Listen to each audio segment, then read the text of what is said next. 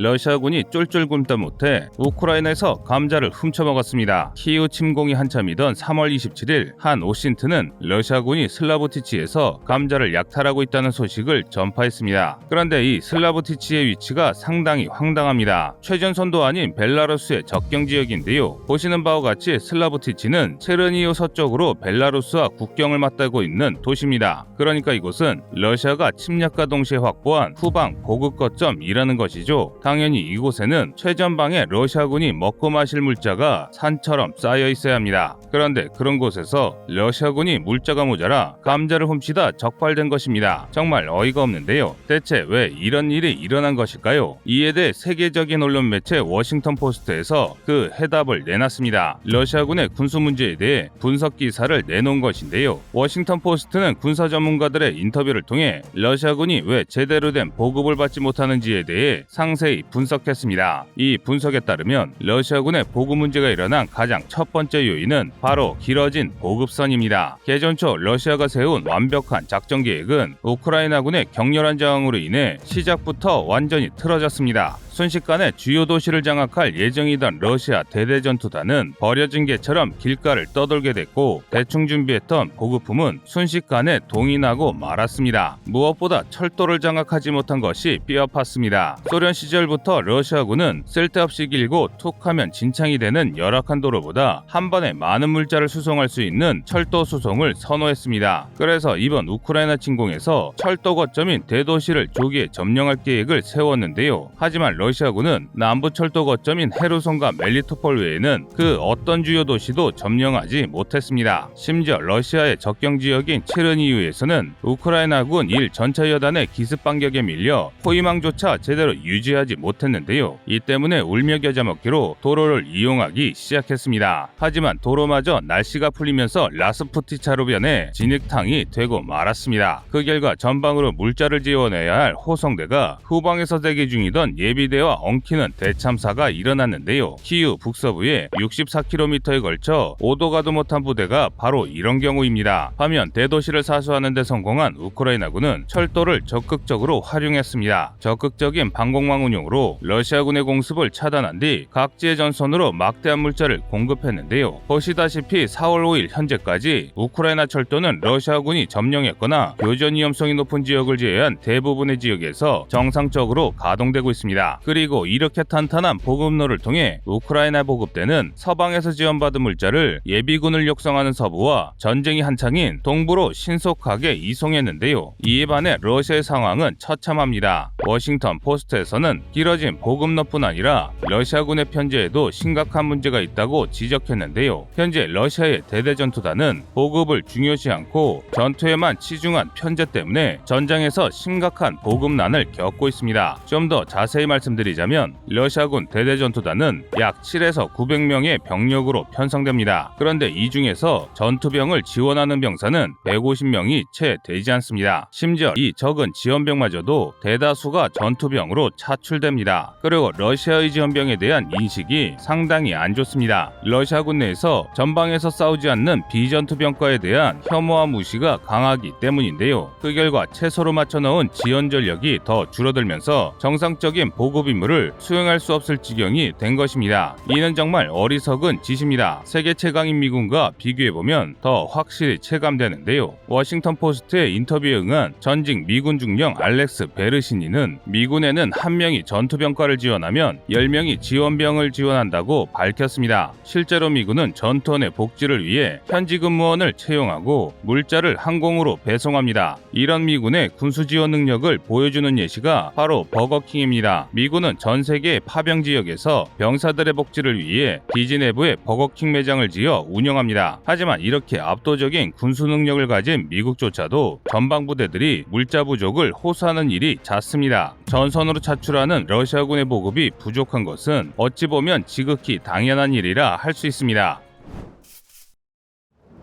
이번 우크라이나 전쟁에 대해 전직 미군 중령 알렉스 베르시니는 러시아군의 갈팡질팡하는 공격 방식이 러시아군의 보급을 망쳤다고 주장합니다. 만약 러시아가 제공우사를 확보한 뒤 정확한 목표를 설정하고 우크라이나의 거점을 차근차근 함락했다면 보급난이 있었을 리가 없다는 것입니다. 또 베르시니는 일반적인 기갑부대가 보급 없이 진격할 수 있는 최대 거리는 193km이며 5에서 60km마다 보급, 의무, 정비가 가능한 전진기지가 있어야 원활한 군수 지원을 받으면서 진격이 가능하다고 주장했습니다. 그런데 러시아군은 베르시닌이 이야기한 보급의 기본을 철저히 무시했습니다. 오로지 빠른 돌파만을 위해 대대전투단을 무작정 도로로 밀어넣었는데요. 그 증거로 초기 공세에서 러시아군은 남부 헤르손까지 193km, 키이우까지 138km를 보급 없이 진격했습니다. 말 그대로 추가 보급 없이는 작전이 불가능한 한계까지 진격한 것입니다. 그 결과 러시아군은 전쟁 시작과 동시에 각지에서 돈자되고 말았습니다. 전쟁에서 가장 중요한 것은 신속이라는 격언에 몰두하다 전쟁에 많은 물자가 필요하고 적과 나를 알아야 이길 수 있다는 사실을 잊어버린 꼴인데요. 그 결과 러시아군은 입지 않아도 될 막대한 피해를 입고 키이우에서 도망치듯 쫓겨나였습니다. 그런데 그럼에도 불구하고 러시아군은 아직도 제대로 된 보급선을 유지하지 못하고 있습니다. 이를 보여주는 단적인 예시가 호송대 부재인데요. 전쟁 초기 러시아군의 수송 트럭들은 전차 등 기갑 장비로 구성된 호송대에 어모 없이 기동하다가 우크라이나의 기습에 터져나갔습니다. 심지어 단독으로 운영되다가 노획되는 일도 잦았는데요. 이렇게 보급선이 습격당하자 전방의 러시아군은 심각한 연료, 식량 부족을 겪었습니다. 이로 인해 굶주림에 지친 러시아군이 현지에서 약탈을 자행하는 모습이 많이 발견된 것입니다. 그런데 러시아군의 무능은 이게 끝이 아닙니다. 하나하나 따져보면 전쟁 준비가 전혀 안 됐다는 생각이 들 수밖에 없는데요. 우선 의무 지원이 전혀 이뤄지지 않았습니다. 이번 전쟁에서 러시아군은 최소 수만 명의 사상자가 발생했습니다. 하지만 부상당한 러시아 장병들을 지원할 의무자재는 사용 불가능할 수준으로 오염되거나 낡은 것이 전부였습니다. 심지어 차량을 지원할 보조 전력마저 터무니없이 부족합니다. 파괴된 전차를 회수할 군안 차량이 대대전투단에 2대밖에 없어 격렬한 전투가 벌어질 때마다 수리가 가능한 멀쩡한 장비들을 우크라이나군에게 뺏겼습니다. 그렇다고 공세에 쓸 무기가 충분한 것도 아닙니다. 거점을 타격할 정밀유도 무기의 수가 너무 부족해 얼마 전부터 멍텅구리 폭탄에 의존하기 시작했는데요. 이 때문에 러시아 국방장관 쇼이구가 북한과 중국을 찾아가 미사일을 팔아달라 사정하는 총극까지 일어났습니다. 심지어 이마저도 중국에게는 거절당했다고 하는데요. 세계 2위 국방력을 자랑했던 국가라고는 전혀 생각되지 않을 정도로 한심한 상황인데요. 그런데 지금 러시아가 겪고 있는 군수작전의 처참한 실패는 우리 국군이 반드시 체크해야 할 부분입니다. 우리 역시 러시아와 같은 문제가 있기 때문입니다. 먼저 서울에서 평양까지 거리는 약 193km로 러시아군이 남부 헤르손을 공격할 때 진격했던 거리임과 동시에 일반적인 기갑부대 보급 한계 거리와 같습니다. 게다가 우리 군의 진격로에는 개성 이북의 하천과 산지들이 있습니다. 이 때문에 사류현 이북에 펼쳐진 평야지대 진입하기 전까지는 러시아군이 이번 전쟁에서 쓴 물자보다 훨씬 많은 물자를 사용할 수밖에 없습니다. 따라서 우리 군의 기갑부대 역시 무리하게 진격하다가는 보급난에 처할 가능성이 높습니다. 그래서 베르시닌이 언급했던 것처럼 적절한 간격마다 보급기지를 세우고 물자를 보충해줘야 하는데요. 하지만 이 부분에 있어서 우리 군은 얼마 전까지 굉장히 취약했습니다. 일례로 국군의 전방사단들이 가진 보급부대는 보급수송대가 전부였습니다. 당장 휘하의 보병연대급으로만 내려가도 정비중대와 보급수송중대 외에는 보급부대가 전무했습니다. 심지어 장비 역시 굉장히 열악했는데요. 5돈 트럭이라 불리는 K711과 60 트럭, 2돈반이라 불리는 K511 같은 구형 차량을 운용했기에 틈만 나면 차량이 퍼지기 일쑤였습니다. 이래서야 전쟁을 할 수 있나 싶을 정도였던 것이죠. 다행히 지금은 이런 문제를 극복했는데요. 국방개혁 2.0을 통해 연대가 여단으로 개편되면서 보급이 크게 개선됐습니다. 여단급 제대마다 군수지원대가 창설됐고 군수인력이 확충되었습니다. 뿐만 아니라 구형 차량을 대체하기 위해 중형전술 차량 사업을 벌여 보급 차량을 대대적으로 교체할 예정입니다. 참 다행이 아닐 수 없는데요. 하지만 이것도 모자랍니다. 미국처럼 전쟁터에 버거킹을 설치할 수는 없어도 전선에서 싸울 장병들에게 탄약과 식량 등의 각종 물자가 막힘없이 보급되기 위해서는 더 많은 지원과 시스템이 필요하기 때문입니다.